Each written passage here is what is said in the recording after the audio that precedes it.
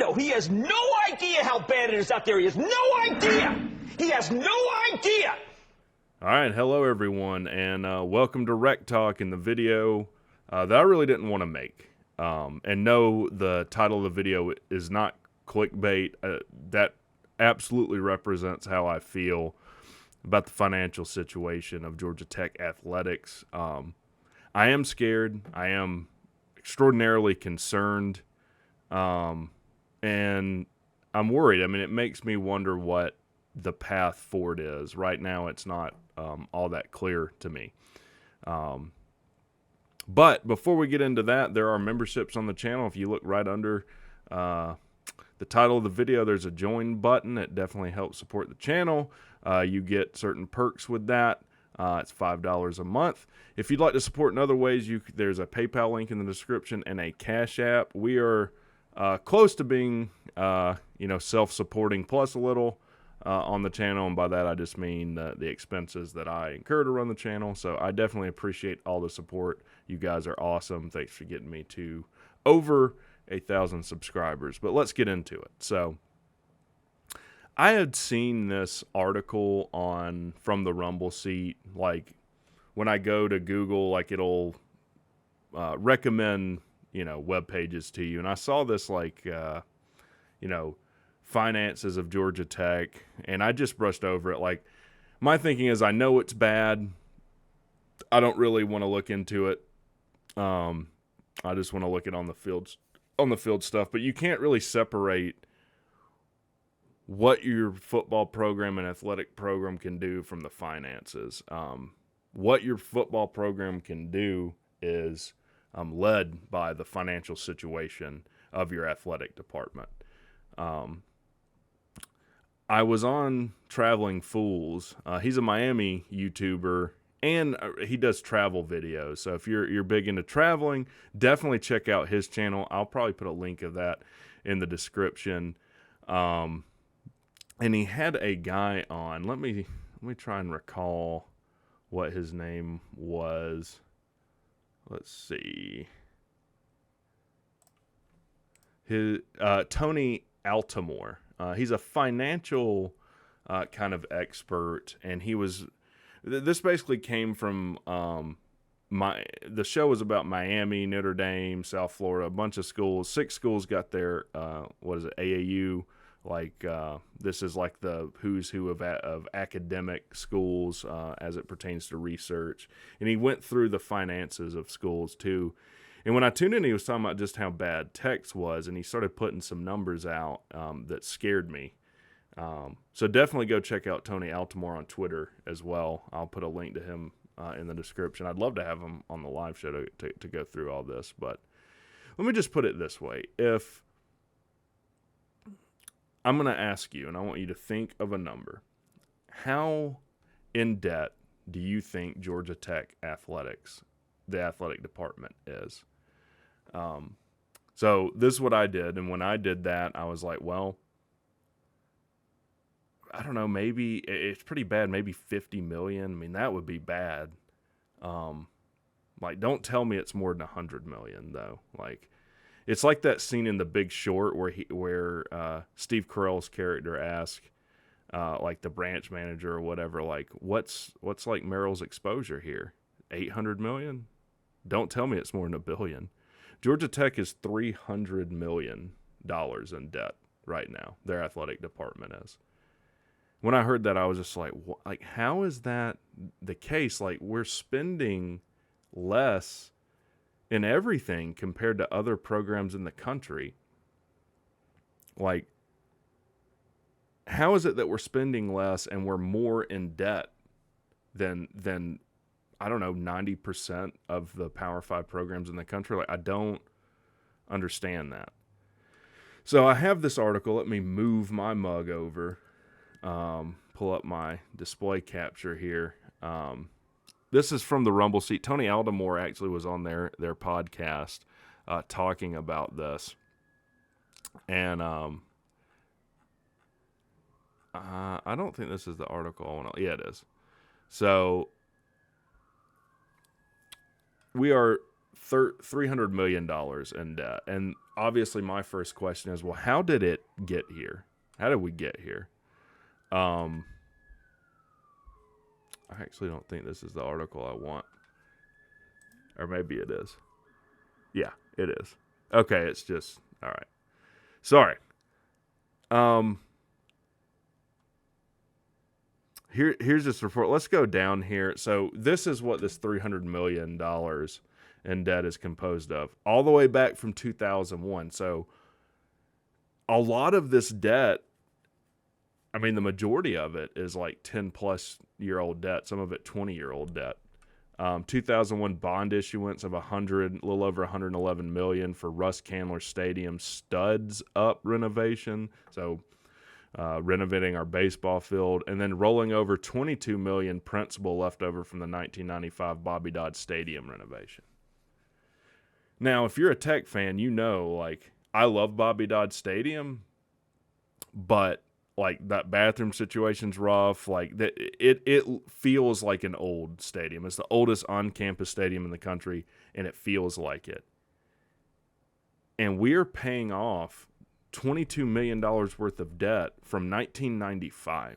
And I just don't understand how that's the case. And I don't really feel like we have much to show for it right now.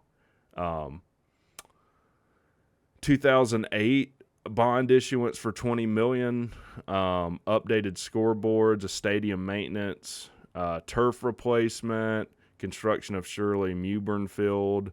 I don't even know what that is. Construction of Zelnak practice facility, construction of locker rooms at O'Keefe, upgrades to weight rooms.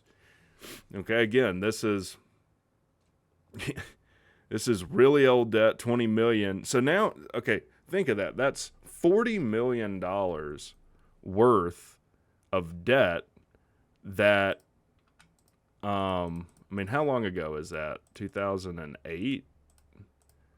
15-year-old debt, and then 95, that's 28, almost 30-year-old. So 15 and 30-year-old debt, it makes up $40 million of it, of this $300 million we owe. And it just, you know, I'm not a financial expert, but it just makes me think that there was some mishandling here. We'll get into it later. It also is indicative of a pretty serious income problem for Georgia Tech athletics. All right, 2011, $88 million, almost $89 million worth of rolled over principal from the 2008 bonds, construction of McCamish Pavilion, that's our basketball facility, and construction of the Brock practice facility. All right. 2012 bond issuance, refinancing the 2001 bonds, which is nearly $100 million worth of bonds. Jesus. Terminated a 2004 swaption with UBS of $28 million, and construction of the tennis complex of $12 million. We're going to get into that later too. Like, look, I'd love our tennis, golf, you know, volleyball, all these programs to be great.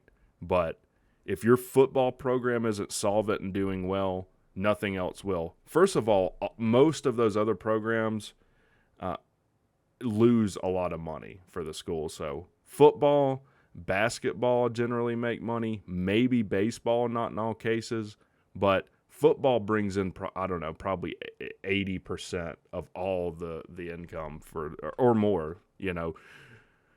Basically, football and basketball bring in all of the money, and all of your other programs hemorrhage money out.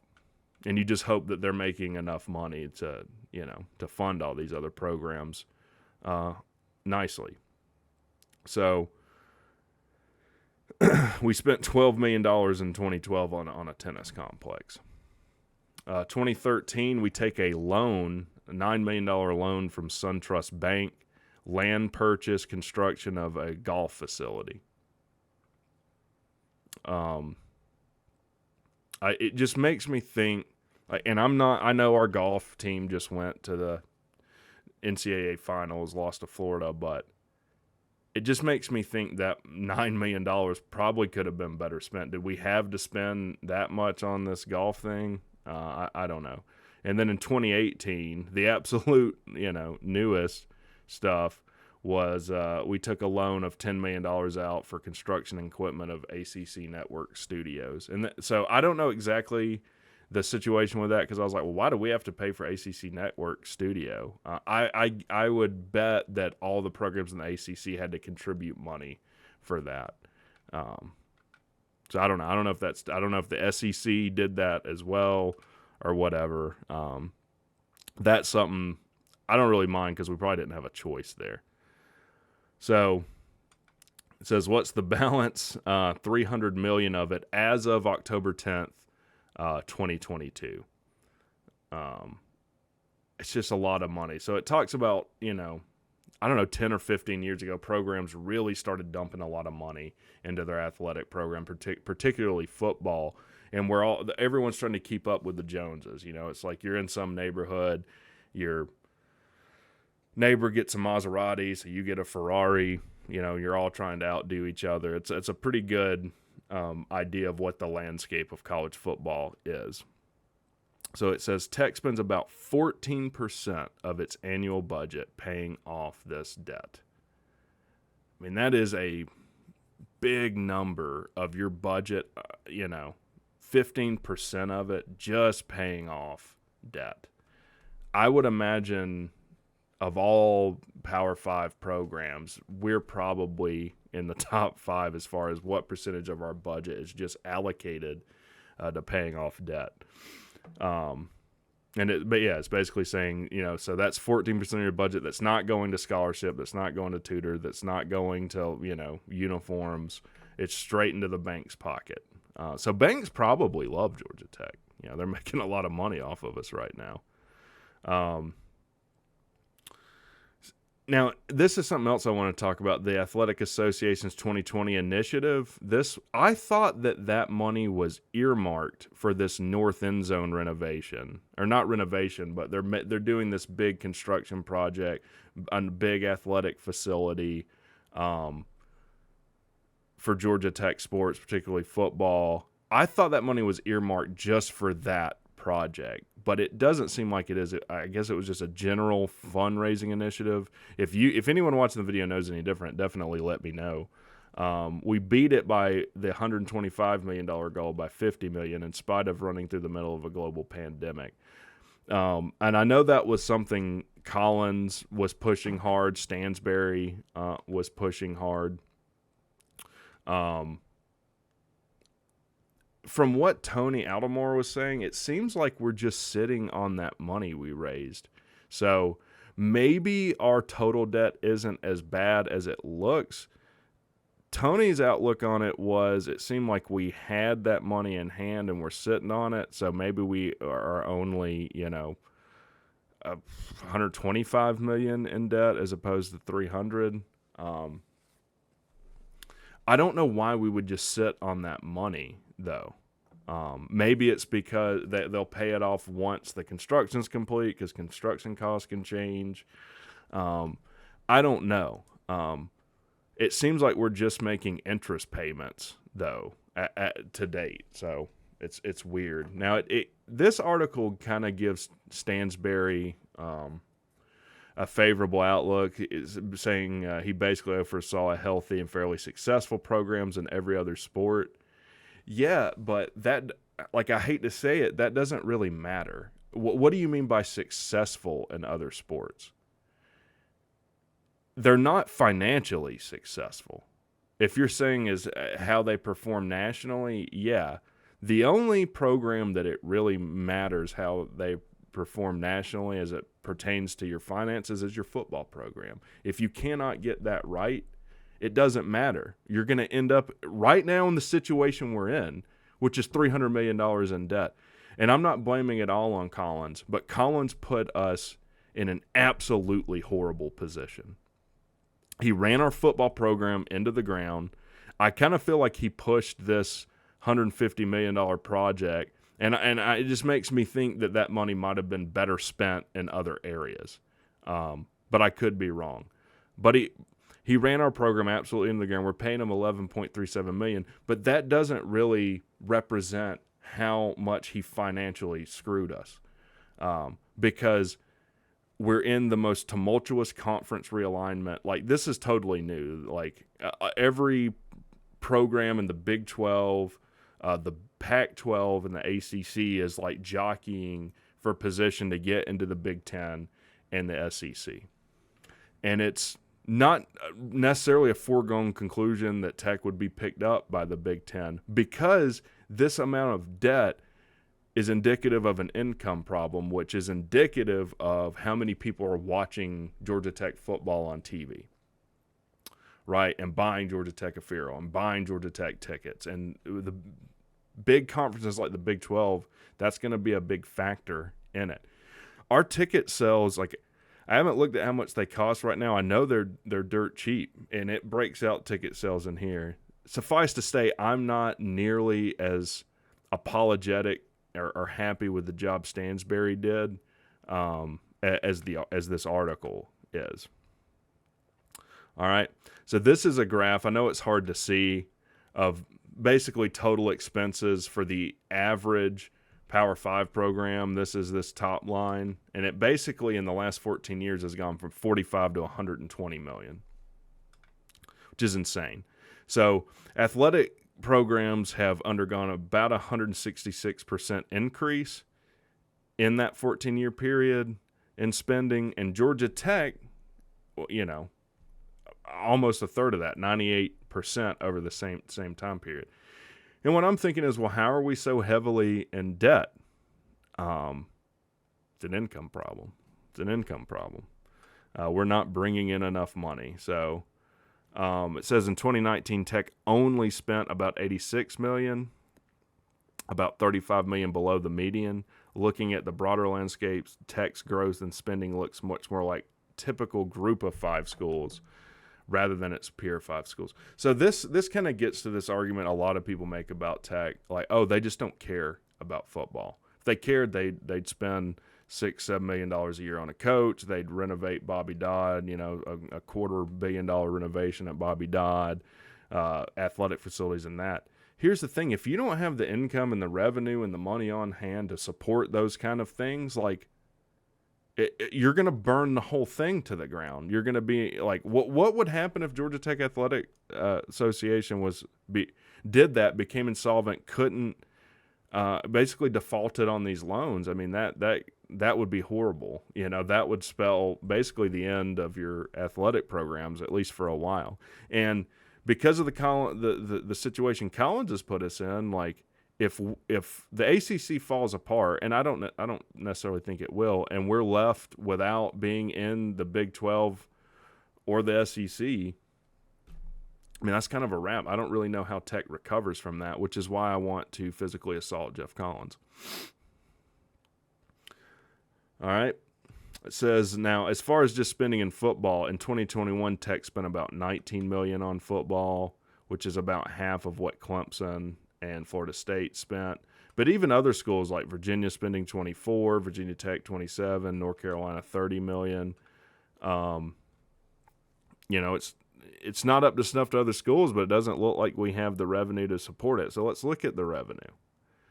All right, so in 2021, Clemson was number 1 in revenue. There's no shocker there. FSU's number 2, North Carolina. This is all exactly what I would have guessed. So Clemson at $62 million, just blowing everyone out of the water. Florida State at $48 million of total revenue. North Carolina at $38 million.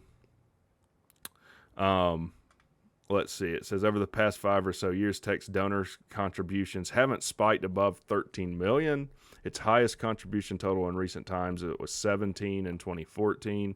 That's why this year is so important. What happened in 2014? We went to an Orange Bowl.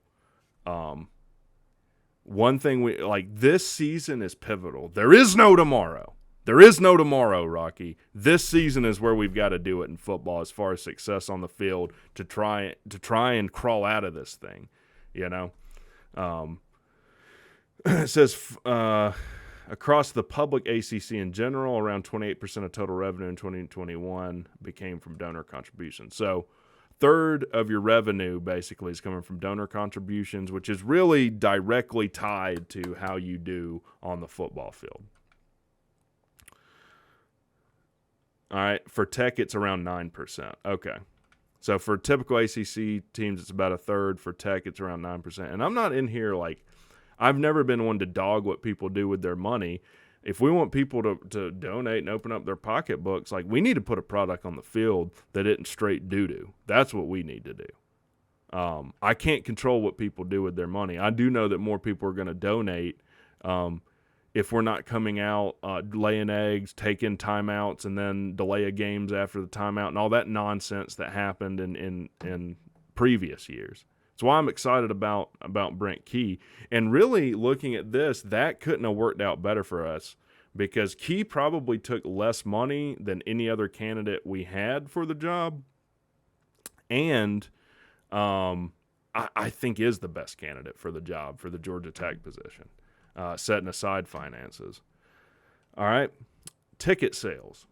So if you've looked at buying season tickets, you probably, realize this. Now, this is a shocker. Number one in the ACC in 2019, which I guess, maybe that's the most recent numbers they have, was Louisville, 31 million, then Clemson, then UNC. Florida State was at 6. That kind of makes sense, though, that Florida State's kind of been just recently has risen back to the heights that they're really capable of. Tech's dead last. Just surprising. That's what it says. Once again, Tech sits at the bottom. I don't know if it's saying at the very bottom it only lists the top 7 teams, but I think we should be doing better than UVA and Virginia Tech right now. I can tell you that. But look, when you go 3-9, 3-9, 3-9, 5-7, there's just not going to be a lot of people buying season tickets. Between ticket sales and donations, Tech is missing out an additional $25 million in revenue that its athletic peers are enjoying. Yeah, it's a lot of money. So again, this hire more staff, hire better staff, invest in facilities. We just don't have the money right now. Football. Now this is something we can help. Football as a priority. Basically, Clemson, 40% of their athletic budget goes to football, and then number 2, Virginia Tech. It says we're not at the bottom, but we're spending less than the most of them. The majority of our athletic budget needs to go to football, like that 100%, and that should be the case for any program. And the absolute most of our budget that we can allocate to our football spending, we need to, because it drives everything else. If that means that less than 21% of our athletic budget goes to football, which I do not understand. That needs to change. And I don't really understand why, but probably because 14% of our athletic budget is earmarked to paying off debt. That's probably one reason. But so anyways, like I said, I'm shocked. I once said that, that J-Bat's already made the most important decisions again. He's already hired the basketball coach, the football coach. I was wrong about that. It's not even close. The most important thing that J-Bat is going to do as the athletic director of Georgia Tech is figuring out how to unscrew this mess. That's going to be the most important thing he does. We cannot continue forward with $300 million worth of debt in our athletic department. 14% of our annual budget going to paying off debt. I don't think that's sustainable moving forward. So really what I would like to see Jay Bat, I'm sure he would never do this publicly, though I would like to see him do. We need a 2, 5, and a 10-year plan for him. This is what we're going to do to get out of this and ascend Tech to the heights that I think it's capable of being. But like I said, I didn't know it was this bad. Now, is this the end of Georgia Tech football and Power 5? No. There is definitely a way out of it, but I do think a lot of it hinges on two things. It hinges on how good of a fundraiser and financial guru and creative financial guy Jay Batt can be, and what we do in football this season. There's never been a more important, pivotal, do or die season, if such a thing exists, for Georgia Tech in its history than this season right now. I know we have a first-year head coach. I know our recruiting class last year wasn't great. I know that we're trying to figure a lot of things out, installing an entire new offense. Like I said, it makes me think of the Rocky III. There is no tomorrow. There is no tomorrow. Right now is when we've got to put it on the field, and put together 7 or 8 wins on the field this year. We really need to do it. So, with that said, tell me what you guys think. Am I just reading too much into it? Is it worse than I think? What do you guys think? Let me know in the comments, and I will see you guys tomorrow on the live show. Have a good one.